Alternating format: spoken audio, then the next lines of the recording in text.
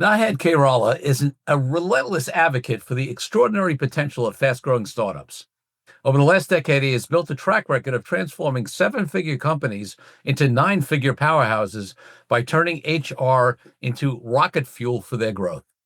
His journey in scaling startups has been an exhilarating global expedition, taking him across the United States, Europe, the Middle East, and Africa. This experience has enriched his perspective on what it truly means to drive hypergrowth on a global scale across cultures.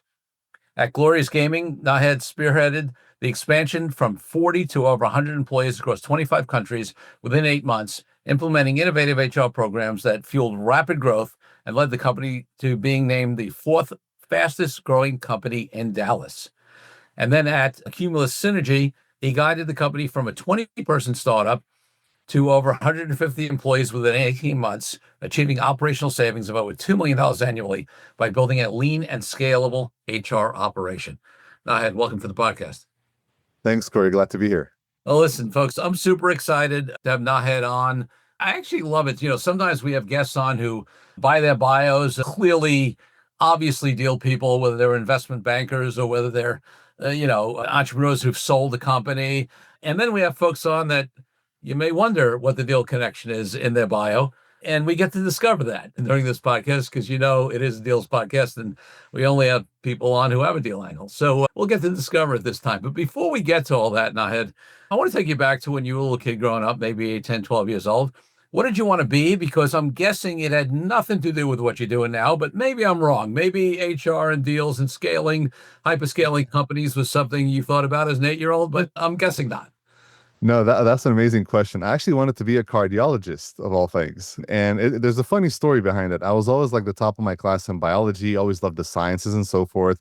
But one day, my father asked me a very straight up question. He's like, imagine the hospital calls you at 2 a.m. in the morning and someone's having heart failure. Would you get up and run to the hospital? I'm like, yeah, you probably need to wake me up. So like, yeah, that's not a good career for you. So that's kind of where that ended. But yeah, I definitely did not think I would go into the HR field. And I kind of stumbled into it by mistake, though. But there were some precursors, given that I come from a family of entrepreneurs. Yeah. And having seen a lot of how businesses work, growing them, successes, failures, partnerships, deals, and so forth, we could get into. I sort of diverged into that early on in my career after college days, but that's kind of how things. So yeah, when I was a little kid, definitely wasn't on my radar. I love it. And one more question looking back. What was the first deal of any type that you did? It could be something small when you're younger or early in your career. Whatever comes to mind is that was the first deal. Yeah, actually, that's a very good question. So when I was 13 years old, basically, I used to sell custom records of like DJing and music and all that to school kids in my school. Okay. So I had an idea. I'm like, hey, why am I limiting myself to my school? Why don't I actually find people in other schools who I can work with? We'll strike a deal. They'll do all the legwork, the marketing, and so forth. They get a commission and let me actually supply the goods for them. So I actually started talking to my friends, had my friends put me in touch with people within my area. And it actually helped me grow a small business at the time where like I was completely self-sufficient, did not need any money from my parents or so forth. Like I was paying for my cell phone bill, working with, with suppliers to get bulk, empty CDs to burn music on and so forth. So that was really the first deal kind of making that I did when I was younger. I love it. A teenage entrepreneur after my own heart. I've told my version of that too many times, so I won't tell it again, but I'll just say I relate. Okay, so I mean, listen, I sort of made a half, joke about it, whatever. And obviously there are hints in your bio about the companies you've worked with and helped scale significantly. But when we say HR, a lot of people will think, well, that is, what does that have to do with deals? You just help recruit, manage, and set policies and create culture, whatever it is in these companies. And that's valuable, but it's not deal related. So where does the deal stuff come in? No, I love that question. What you mentioned is pretty accurate. When people think of HR, they think of the stuff you just laid out. I think of it in a different perspective. I think HR has to be a business enabler. If HR does not help your business move forward, it is worthless to you as a business owner. Where the deals came in for me is that as a young entrepreneur, I started my first venture like in real business, like an actual company around 15, 16 years ago. And I had barely any contacts in the space. I was pretty fresh and new, and I didn't have the capital to even spend to even get the customers I wanted. So the first thing that made sense to me is, hey, why don't I partner with firms who I can complement with my skill set, but they can actually introduce me to the types of clientele that I'm interested in? So I ended up working with a lot of VCs and a lot of the big, consulting firms. You're talking like the McKinseys, the Boozes, these type of companies, where the deal for me was that, hey, I'm an HR expert here. I can give you complementary skills that you don't actually have in your repertoire. When you actually go and get a multi-million-dollar deal and there's an HR aspect to it, you can pass that over to me. I will do that under your company name so you don't lose any face or brand value, right? I, to your customer, am a part of your team. I'm getting the financial benefit and the exposure. They're getting the expertise and the ability to actually upsell to their customers. And that's kind of how I started off. Like, I think, after I had my first conversation with you and I took a step back, I'm like, I've never thought of deal making in the way that you and I had talked about it. But I mean, to be honest, I think I can clearly say that my career success is a result of deal making, really. That's one example. But there's a lot of examples where there's things that I was able to achieve that I could have never achieved on my own. But I had to come up with ideas and pitch a win-win situation to different companies, people, and so forth, to where everyone's happy and we all grow together. So that was really one of the first things that I did to start growing the business that I'm in. I love that example because one of the things that I often say to folks that I was referring to is that, he's been a deal maker for his entire career, but he didn't necessarily put that label on himself, right? In a pre-call we had, and just getting, I guess, familiar with my content, he was like, it was sort of like, oh yeah, I'm a deal maker kind of thing, right? And he obviously always was, but it just wasn't, he didn't apply that label to himself. And the thing is, like, as my listeners know, often I talk about that mindset of like shifting even from being an entrepreneur, obviously employee to entrepreneur is a mindset shift, but then there's additional shift to being a deal maker. And one of the questions I often ask people to get them into that deal maker mindset, and without them even having to know what type of deal it is, okay, if you're trying to access a particular demographic, customer type, industry, geography, whatever it is, one of the first questions you should be asking is who already has access to that particular whatever it is, right? Yeah. Category of potential clients that you have. And so many people don't even ask that question. They spend all the time trying to gather that organically. I'm not saying you shouldn't, that's not another route and you can't do it. But like you just naturally ask this key question, like who has access to these people? And what I love was able to do deals with much larger companies, right? Which is also like some people would think that would not be possible because of the size difference. Like, why would they care about me? But you said something very interesting, which was that you had an expertise, right, that filled, a need that they didn't have in-house already that allowed them to upsell additional services, right? So that's where the win-win part comes in. So I love the fact, like, I've been talking about these kind of things in my speeches and on my podcast for a long time. And you gave an example of at least two key things there, which is who has access and then what value can I bring, and size doesn't necessarily matter on that. Yeah, to me, that's really the key. And you hit it on the head. Like, whenever I'm thinking of, hey, what am I trying to achieve here? I think the first thing that I've learned to do over time is you need to be very realistic with what you're capable of doing, where your strengths are, and where you need complementary help, right? And help can come in different forms. It could be expertise, it could be capital, it could be market access, whatever that is. So what I've learned to do is anytime I'm thinking of an opportunity, I really just think of, hey, where do I bring value in this opportunity? Should it actually go through? And what are my capabilities today? What are the gaps that I need to fill in order to actually get to where I need to get to? And then and based on those criteria, I start identifying, okay, who are the potential partners? What are the potential deals I can make and so forth that will really help me to really, get this going pretty much. And to your point about larger companies, having worked with a lot of smaller businesses and companies, that are kind of starting to find scale, there is a misconception that the larger companies have it all figured out. They're perfect. There's no chink in their armor. But the more I've interfaced with companies like that, there's always a gap somewhere. There's always a need that needs to be filled.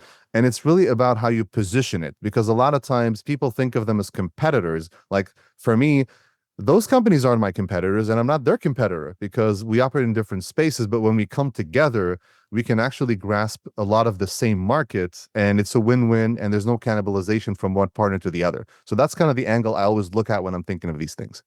Yeah, I love that. And then there was another piece that you said, which was that, you're doing it under their umbrella. And again, some people might push back on that because, they're trying to develop their own brand, whatever. But again, I mean, it could be so lucrative. And listen, and you're building personal relationships, right, with folks, despite the fact that it's under someone else's brand, that it's essentially, if it were a product or whatever, it might be called being white labeled, right? Yes. Yeah. So talk about that a little bit, like that decision to be Yeah. not only comfortable, but have that be a part of the value you're providing, is that they don't have to make it seem like, oh, we got to bring in this other company or this other, separate entity to fulfill on the scope. No, exactly. And I love that question. I learned early on, and again, I work in the service industry, right? When you're talking consulting, advisory, and so forth, it's a very service-oriented industry. And when service is based on two things, right? It's based on the relationships, but also the kind of quality that you deliver. Both have to happen together, or else relationship doesn't work, right? Right. You could be good friends with someone, but if you're not doing a good job, you're not giving their money's worth, you're not going to be there for long. So for me, the decision was that first off, I'm small. I don't have a lot of customers yet. These big guys are going to be able to give me that access. And then it's up to me with my skill set and expertise to show the value. And then over time, actually building my personal brand. And at the same time, because I do not compete with those companies in the same market, what happened is that those companies and those customers that I'd worked with, once they knew that, hey, I'm actually working on my own and all that kind of stuff, they start actually referring some of the people they know to me, not necessarily working with me, because those kind of deals, there needs to be also some agreements that, hey, I'm not going to come in and poach your customer, right? Right. There's some ethics involved, and also just to make sure the relationship keeps working. But it actually opened up so many doors for me that I think a mistake I could have made is, and this is something I actually was apprehensive towards very, very early in my career, is that, hey, well, what if they take something away from what I could offer? What if they poach some of my clients and so forth? I think when you approach deal making in that fashion, you're already a step behind, because the way I like to approach it is, and how I like to position it always is, hey, what's in it for me? What's in it for you? How do we make sure that these don't conflict with each other? We're on the same page. Let's go. You win, I win. And we go from there. Love it. Love it. So that was the approach from early on, which again is not an approach that a lot of people, take. I guess before I was going to move on to that, but before, like, do you have any insight? I mean, I think on our pre-call, I used the term unconscious confident, where there's just some of us, and I have that in certain areas where you're just really good at something and you just don't know why or how, right? Was it totally unconscious for you, or can you trace back where that thinking or that skill or that even approach came from? Yeah, no, when I think about it, I think it's really through observing a lot of my family members who were entrepreneurs as well, primarily my parents, because my parents had a lot of small businesses over the years, like from mom and pop stores to other services and so forth. But a lot of them were built on complementary deals and partnerships with a lot of other counterparts. There was never any business I saw my parents build, which was completely from A to Z, them doing everything. There was always like, hey, this is what we're good at doing. This is what they're good at doing. Let's try and come up with a win-win situation. So I think I was sort of programmed from the early days to like, hey, don't try to boil the ocean all the time. Yeah. There's things that people are doing, which it's going to take you years to even come close to what they're delivering. Focus on what you're great at, your competitive advantage, and complement that with the remaining puzzle pieces to really accelerate your growth and really accentuate the value you deliver. So I think that was ingrained in me in the early days, because I observed it happen so much. And especially through my early teenage years, I actually was witness to some of them happening right in front of me. I'd be chilling at my dad's office or something, and I'd be just sitting there, and I'd hear some of these conversations and how things went. And my dad actually did a good job of, from the early days, really just trying to give me some like business guidance and advice, and some of the things that, hey, why did I do this? Why did I do that? And some of the things along those lines. So I think I had a bit of that in me, but yeah, the application was a little unconscious until like I actually thought about it. So yeah. Yeah. But you could trace it where it came from, or at least where Yes. inspired by, let's say. Yes. Love that. Love that. So, it's really interesting for the listeners. I mean, it's so easy for people who are less familiar with deals, or just starting out early, and, to say, oh, well, I got to learn about all these different deals. Like, what is a white labeling deal? What is a joint venture? It could be a subcontracting. It could have been a subcontract. Could have been a joint venture. Could have been a strategic alliance. It gets very confusing. And that's why I try to simplify it, because I say, listen, you don't need to know what the deal looks like in the early days. You just need to know really just what Nahed said. It's like, what are you bringing to the table? What do you need from them? What do they bring to the table? What's the benefit to them for you? What's that win-win, so to speak? And then hopefully you get the right people who do have deal experience, and they say, okay, these are the options on how we can do it. We can do a white label deal. We can do a joint venture. We do a strategic alliance. We can do a subcontracting arrangement. We can do a joint marketing deal, whatever it is, right? It's not important. The question is, where are you now? What is each party bringing to the table? Where do you want to end up, right? And then some professionals can help you with the structuring. Yeah, to your point, the conversation and where the deal ends up will actually guide what kind of deal is actually more relevant and actually fit for purpose. But I agree with you. Like I never went to any deal thinking in the back of my mind, like, hey, this is going to be a white label in the year, this is going to be a strategic alliance. Because a lot of times you don't know those details until you get involved in a very serious conversation about what this happens. And then, you start putting your cards on the table on both sides, then things start to clarify. And then there's some types of deals which will not make sense based on the conversation, while others will be like, yeah, this is a surefire white label operation, for example. So yeah, I completely agree with you. If you get too hung up on the details early on without actually knowing what the details are going to be, you're not doing yourself any favors. Yeah, and then so especially with bigger players, sometimes they have a way they like to do the deals, and then you got to decide, if that's the way they do these things, you got to decide whether that works for you. So let's bring it forward a little bit now. So you started out with this somewhat unconscious but understandable, inspiration for just having that mentality. Talk to us about some of these other companies you were involved in and the deals you've done and how it applied, throughout your career. Yeah, definitely. So as I started experiencing some success with the consulting, I started thinking about diversification. And one of the things with consulting is that it's very like if you don't put in your own hours, you don't make any money. It's not very scalable unless you scale headcount. And I was doing that, but the problem with that always is that it's a lot of legwork, it's a lot of heavy operations, it's a lot of heavy investment and so forth. And the time you need to spend between training folks as well, delivering with customers and all that kind of stuff, it just makes it humans don't scale well, Right. generally speaking. So I started thinking of ways to diversify and go into training solutions, assessment solutions, and so forth. And I built all of those through deals.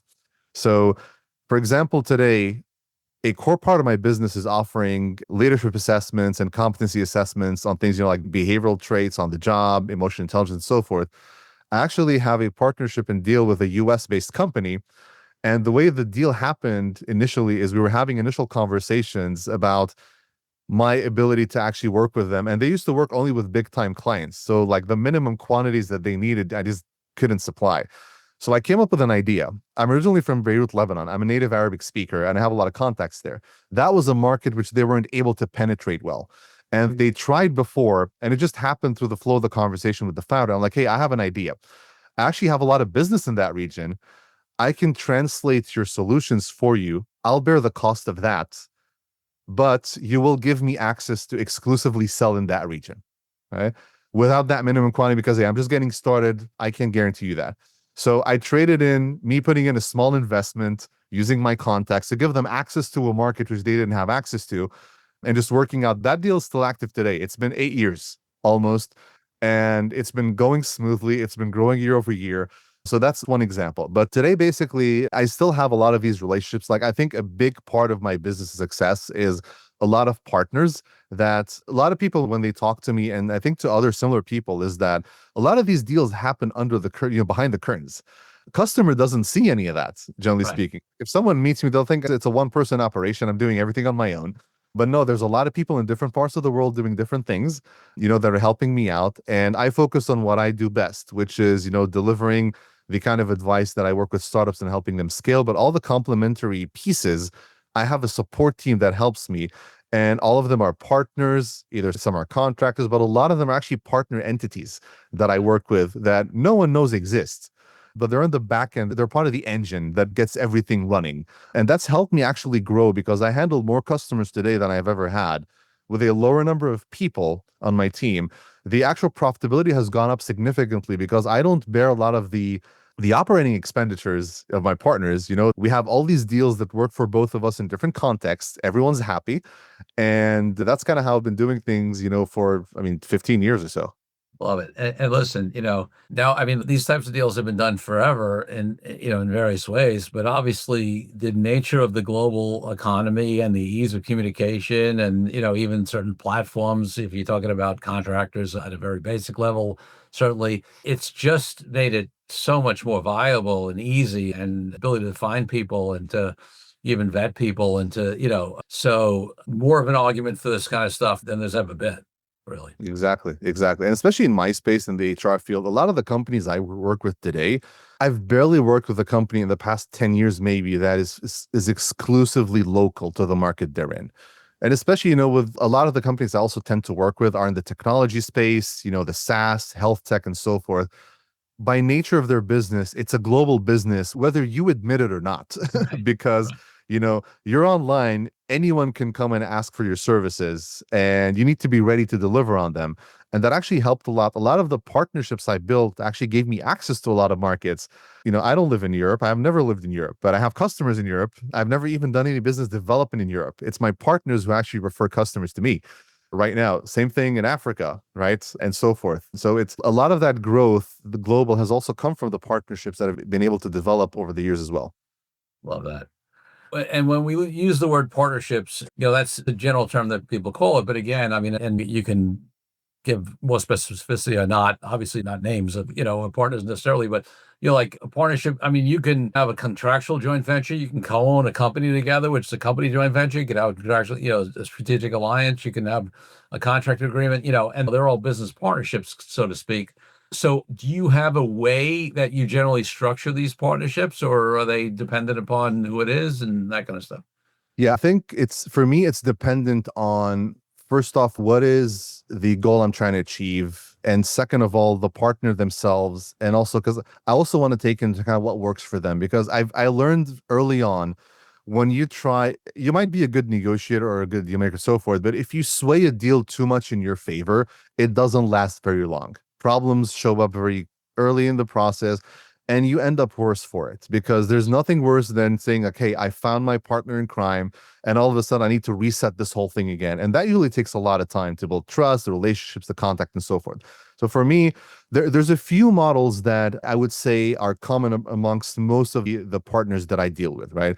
The first one, where there's the typical standard referral fees, right? Mhm. That's one of the easiest thing to set up. I have a lot of those because there's people in markets which I don't work in, but that market is devoid of some of the skills that I bring to the table and the approach. It's an easy pass through, right? Hey, Nahed's a partner of ours. He works with us. You're in good hands. Whatever I bill them, hey, they get a check at the end of the month. Yeah. There's others where I'm actually a collaborator in the work that they deliver. So basically, when they're delivering to a customer, it's a joint operation. There's always this visibility that, hey, it's my entity and theirs. We're collaborating on that piece of work. So that's that. There's also some other types of arrangements where I've had where we loan each other resources sometimes, Mhm. where, hey, some of my team, I can deploy people on my team to yours for that specific engagement, just like what the big consulting firms used to do with me. I actually do that with some other smaller firms. Like, hey, consultant A and B deployed will operate under your entity and so forth, right? We're invisible. We'll just support on the back end. So there's many ways that I've done it. There's also some companies, and I started doing this recently, given that I operate so much in the startup ecosystem. There's a lot of startups that have started coming to us, and they're like, hey, we don't have the finances to invest in the services, but we will offer you equity if you're up for it. Yep. So the last 2 to 3 companies actually helped. They've offered some form of equity, generally speaking, as well. And as part of the equity, it's not just like, hey, we're just going to give you a service like any typical service provider. We're actually going to be partners in your growth. So we're going to be sort of acting as if we have a real stake in the company, right? We're not majority owners, right? We just have a very small fraction, but we're going to be giving you really the full white glove service as part of this, because we believe in this business. We think it has a lot of potential. We want to help you grow because, we succeed and you succeed. So there's a lot of different flavors to it. But for me, there's a common denominator. It has to work for me and it has to work for them. And whenever you try to, again, to overpower one or the other, you're starting off on the wrong foot. Yeah, I mean, there's so much. I feel like every time you speak, there's like so many things I want to break down, and we can't break them all down because we'll be here for 4 hours. But I want to hit on a couple of things. So one is this conversation of, let's go reverse order, let's say like equity, right? So that Yeah, brings up a lot of questions, right? I mean, I will make I think what's an easy assumption, and that is you probably have gotten offered equity in companies much more often than you've actually taken equity. correct. That you said yes, right? Because a lot of companies offer equity. And listen, equity in a privately held company, small minority interest equity in a privately held company, in a lot of cases is never going to be worth anything, right? So, Correct. those of us, it happens to me as well. We tend to be very picky when we take equity as part of a deal. You really got to believe that not only the company's going to do well, but that they have a monetization ability. Otherwise, your equity's a piece of paper, right? I mean, maybe it entitles you to some distributions and whatever, but largely when you're taking equity, you're usually looking for a capital event at some point. So that's Yeah, one yeah, piece that I definitely. wanted to highlight.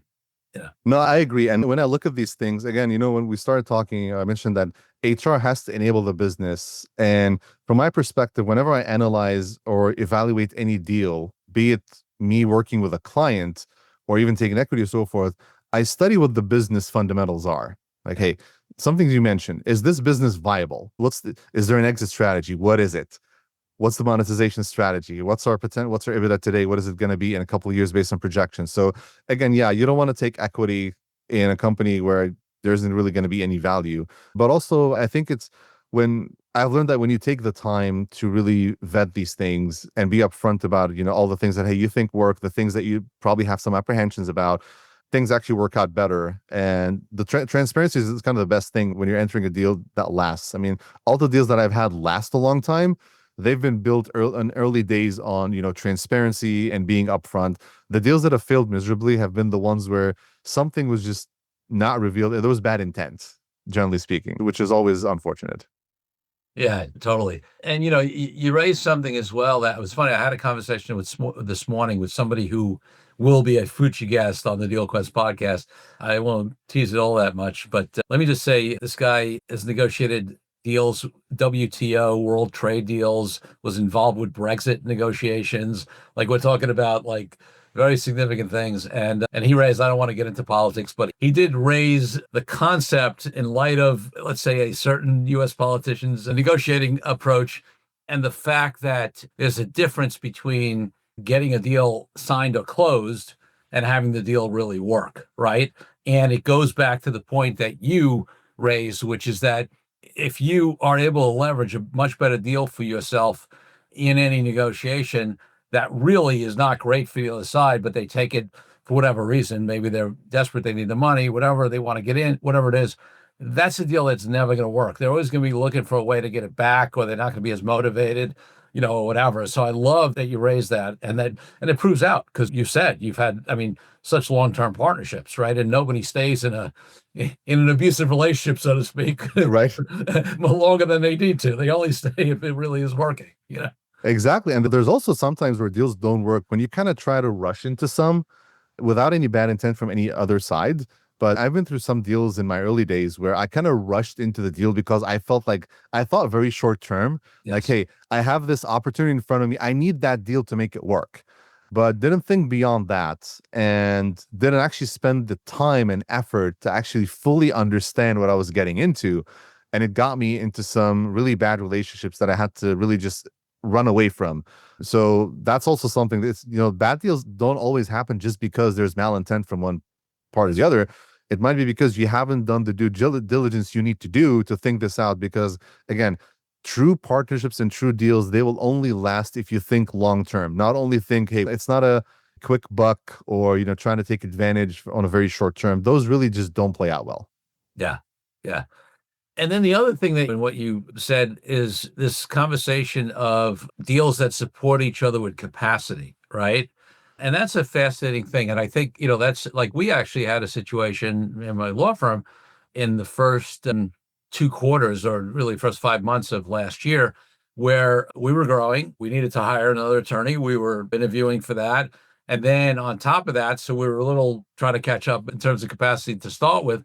And then my main senior associate went out on a significant family health situation. She scaled down and then was out for months. Hmm. Fortunately, she's been back for for a year now, and it's been amazing.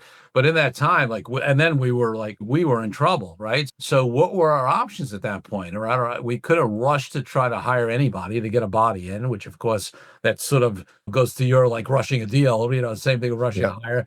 And then who knows what quality we would have gotten, if they would have served the clients, that kind of stuff and whatever. But we did what we said, wait a second, hold on, we're in this group, we're in an entrepreneurs organization. Within entrepreneurs organization, we're in this subgroup called the My EO Lawyers Group, and we know all these lawyers around the country, right? And we just put out a thing to them saying, hey, does anybody have any attorneys with excess capacity who are great M&A and corporate attorneys and whatever? And we got 3 or 4 of the firms that said, yeah, we have some excess capacity. And there was one in Cleveland, friends of ours who, had some good folks, and they happened to have some excess capacity at that point, cut an economic deal. They made some money for people they were paying anyway. And we got proven, vetted, recommended quality talent to fill us, during the gap. And some people who come from more of a scarcity mentality or whatever, because, and I, people know I come from an abundance mentality, would be like, well, aren't they competitors of yours? And I mean, nominally they are. They do the same things we do. Their practice is, we have a nationwide practice, so we could come across them. They do stuff in the Cleveland area and beyond. But who can't, I mean, there are a million law firms out there. Like, I'm going to be worried that I'm doing something, especially with people I know and trust and who are like, hey, whatever you need, we got your back. So, this idea of, I think it's underutilized. I was last year's Deal Exchange conference for an entrepreneurial organization that I run. It was a woman who had that exact issue. And I said to her, do you know the people in the industry, different industry, right? And she said, yeah. I said, have you reached out to them to see if they have an excess capacity? Mm-hmm. She was like, no, but I should, And No, I have an example like that from my personal experience. So there's a company that I know that is a direct competitor to, like, they offer very similar services. They're based in Dubai and they operate globally as well, right? They're a larger firm than I am. So I met the owner once during a trip to Dubai because I also had a lot of business there at some point. So over the years, again, we compete in the same markets even. So there are some customers where we would actually run into them doing a different engagement than we were. Yes. This is like probably 8-9 years ago. So over time, we built a relationship to where there have been situations where I have completely outsourced work to them and they've done the same to me. Not because, we couldn't do it, but because, like, you know what, this kind of work, they could probably do better than we could. Yeah. And being really just honest about it between ourselves, like, hey, why don't you guys do this, right? We're billing this to our customer, right? We'll pay you your fee. We'll put a little markup on it, right? And you're good. And again, they're direct competitors. But to your point, I love what you said, because a lot of times I think, especially with small to medium-sized businesses, there is this panic that happens whenever you bring that situation up, right? But there's so many different options out there where doing a partnership of that sort to help yourself, you're actually hurting yourself, because the benefit you're going to get from a relationship like that is actually much better. The upside is much higher than the potential loss you're going to get. And at the end of the day, especially in service-based businesses, a lot of it, like, service-based business gets sticky if customers are happy with your service. Even if the pricing's different, offering's different. I mean, I've seen it firsthand. It's very difficult to get a customer to just jump ship by someone just popping through the door or even offering them a better price or so forth. Just because the relationship itself, it has that combo of like, yeah, you know what you're going to get, what you're paying for, what the outcome's going to be, and you go from there. Love it. Anything else, whether it's, a deal story you haven't talked about, or lessons you learned, or maybe, no matter how great a deal maker we all are, we've always had ones that go bad. And you mentioned a couple of things early, but anything else come to mind that might be interesting? Yeah, I think something I've learned, again, I did mention that deals have been really at the core of a lot of my ability to scale and grow. But I think I felt that at some point I became so reliant on thinking only about making deals. Yeah. Right? It became the default where I just didn't want to even put any effort into doing anything. Right? I'm like, hey, let me find someone who can do it. The problem with that, which I found out a while back, is that you dilute your ability as a company to deliver value and your competitive advantage, right? Yeah. Because there has to be something that you do and you only will do regardless of what the business is and regardless of, all the opportunities. That's something I would say kind of hit me the past 5 to 6 years, because I think I was at a point where with all these deals I had, all these partnerships, I was like, okay, what should I be doing? What am I going to do? Right. I'm like, hey, this works, it's going well, but really, is this it? Like, okay, it took me time to like self-reflection, really just thinking of it like, hey, based on all the clients I've worked with, all the companies I've worked with and so forth, what are the things that always stand out? All the things that keep customers coming back to me personally and my team. And I identified those things. And those are the things that today, at all costs, I deliver with my team. Those things are always going to be in our entity. We're never going to outsource any of it. We're never going to actually maybe have a deal to actually have someone deliver on our behalf. It is our competitive advantage. It is what makes us who we are. But there's some things behind the curtains that we need to deliver those services and to deliver all that value. And that's where I think, for me specifically, the whole deal making is where I think of it right now. So it's no longer right now, hey, is there a deal for this, just blankets, just like a blanket question? It's more targeted right now. Hey, this is what we're great at. Okay, are we able to deliver it on our own today without any support? Yes or no? So I think that's how my mindset has shifted over the years, to where I think now I'm in a more comfortable place where deals are much more targeted and they're much more intentional, as opposed to being, let's just get any deal done with anyone. The more the merrier, hey, no one's complaining. Yeah, I love that self-reflection, that distinction, because, you're right. And I'm not saying like, I don't, it sounds like you were still doing fine anyway, so it didn't go this far. But I mean, if you follow that other path to its extreme, right? Which is what I was doing. Which I'm not saying happens with you. You basically turn into a broker or a finder or a connector, and that's the only value you provide. And then once people are connected, right, at some point when the contract, yeah, you might have restricted, like non-circumvention where people don't go directly, but people can find around that, or they wait out the period, then they come back or whatever, right? There's a million things. And that's not, and you don't want to, as a lawyer, I'm saying you don't want to depend upon the legal rights. Okay. Yes. Those are backup, right? You want to have a business model that actually works, right? So yeah, I mean, that would be the extreme of the worst case scenario for somebody if they really went down that road, if you're not providing any value other than being a finder, broker, connector kind of thing, So I love that distinction. I love the clarity on, hey, we need to have a special sauce on something, right? Our value prop, what distinguishes us. But then there's all this stuff around that, which could only be, I think it's two categories of it, right? You said one that's sort of stuff behind the scenes that help you deliver that core stuff. Mm-hmm. And then there's also like ancillary stuff, right? Correct. Around the special sauce that you might also be able to use. Yeah, exactly. And that distinction is amazing, because, I mean, the special sauce was always there, or else I wouldn't have done what I have, achieved what I've achieved. But the problem is it can easily get diluted in all the chaos around, the stuff that you have going on. It becomes more difficult to manage. And for me, there was a point in time where I was veering more towards deals, a little bit towards the extreme, because I was like, hey, this is actually an easy way to scale. I'm actually delivering more. My team's handling more. We're doing more. But at the same time, it's like, there's certain things which we didn't have as much control over, which we wanted, right? We had all the legalities in place and so forth, but also there's the output, there's the quality of service, there's different things that sometimes you want to put your own spin and your own touch on. It's what your customer expects from you. And especially with recurring customers, is we're like, hey, this is what they expect from working with us. We need to make sure that we always deliver on that. And there's certain things which are non-negotiables that we have to handle, and everything else, the support side, we can work with others on. But it's gotten to a point, it's a very nice balance. It's a well-oiled machine where it's very clear where the line is for everything that we deliver.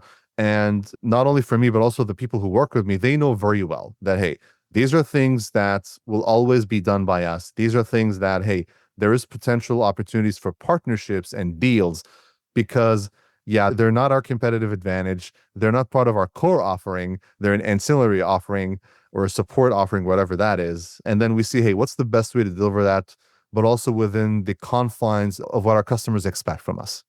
Yeah. No, that's a phenomenal distinction. So many companies actually don't have enough of a deal maker mentality. And that's why I have this talk called there's a deal for that, right? Any business frustration challenge or problem you have in your business, there's a deal for that. But one of the things I say, and this relates back to what you're talking about every time I give that speech, is that just because there's a deal for that doesn't mean that you should do a deal, that you should use a deal. It's just another tool in the toolbox, right? There are certain things you should do organically, right, that you should do, in-house, that you should do, right, as well. And it's not an or, it's just another tool in the toolbox. And, your illustration is great because, I think there are more entrepreneurs who need to think more like a deal maker. You are sort of on the other side, like pulling back a little bit, and finding that balance and understanding that we have all these different tools, and one of them is deals, but there are other ways. And listen, there are many companies that are super successful without ever doing a deal. So organic growth can work.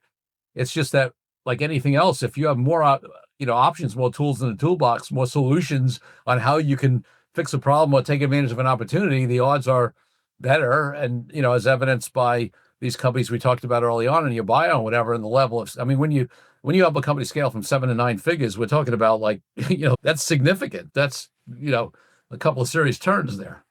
Yeah, exactly. And to your point earlier, for me, I think of deals as an and, not an or even today. It's like, hey, it's your point. It's another piece of ammunition in my toolbox. It's something I can always look back to when I need to. And I agree that the way I've always operated is I think of all the different opportunities or all the different options I have to actually tackle something. And it's never one versus the other. It's, hey, maybe there's 2, 3 things I can do simultaneously to actually make this work. Why not? But again, it's about, hey, what are you trying to achieve? What's the value there? Does it, and especially if it's something which is going to impact what you deliver to your customer, which to me is the most important here, is this actually going to impact my customer in any negative way? Because you hope that a deal is actually going to make things better for your customer. It's actually going to make things much more valuable. It's actually going to make them want to work with you more and actually grow their business with you because that partnership, that deal adds value to them as a customer. So those are kind of along the lines of how I like to approach deals in general. But my brain, I think, is always thinking of deals regardless, which is always interesting. Love it. Love it.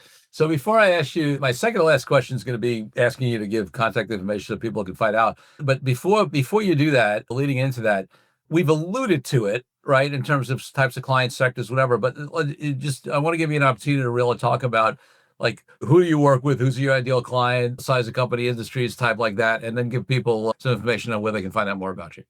No, thank you. Appreciate that. So the ideal companies I work with typically are early to mid 7-figure companies that are starting to experience some success, double-digit growth. Those companies that are starting to have increasing and accelerating pace in revenues, headcount growth, and so forth. Typically, their headcount sizes anywhere from like 20 to 40 to 50. That's where most of the customers actually come to me to actually start helping them, because that's usually an inflection point for the business. Sure. And scaling is a very tricky business. Not a lot of people know this, but more than half of scaling efforts actually fail. Yeah. And fail meaning is that they actually plateau. The company just fails to grow. The investment is actually much more than the return on it.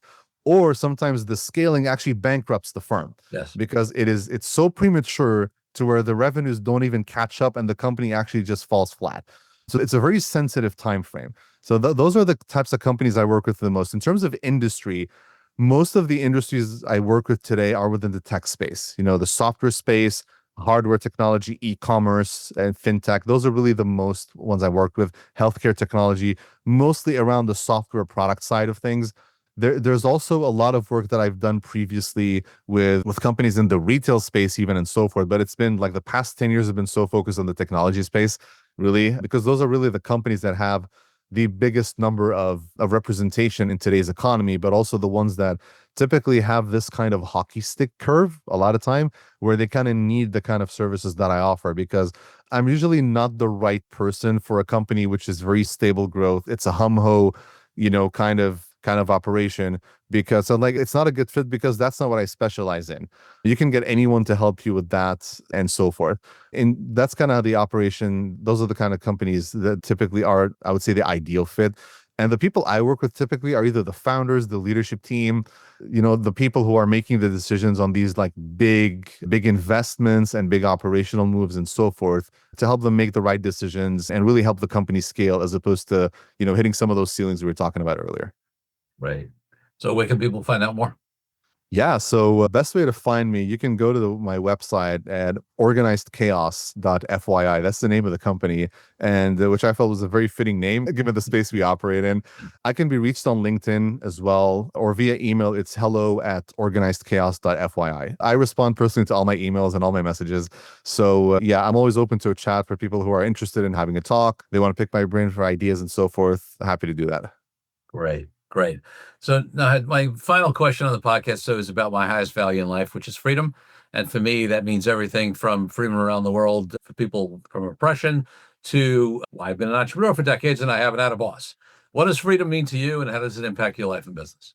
Freedom to me is really having the ability to make the decisions you want and have access to the opportunities, that everyone else has access to.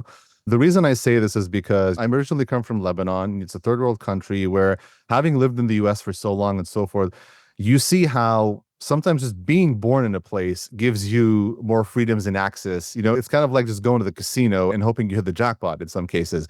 So I think freedom for me is, I dream of one day having like a world economy where everyone can work with everyone. There's a lot of red tape, there's opportunity. And I think we're getting there given what's happening globally, with the technology and the globalization of talent and so forth. But I think, yeah, freedom is really the ability to achieve your full potential, have the same opportunities as everyone else, and really being able to succeed and have the same opportunities of success as everyone else. Thanks for being such a great guest on the DealQuest podcast. Loved it, Corey. Thank you for having me.